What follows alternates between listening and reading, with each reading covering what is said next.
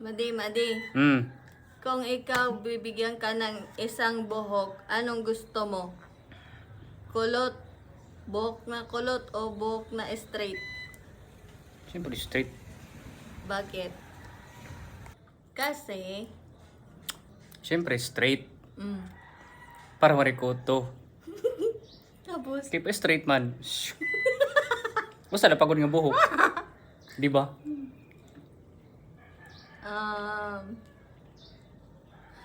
usa pa.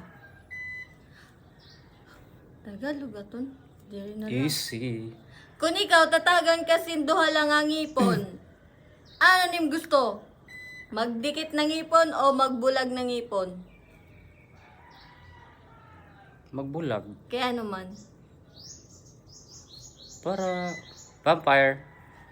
Papa akong tekaw. Pa akong tekaw di.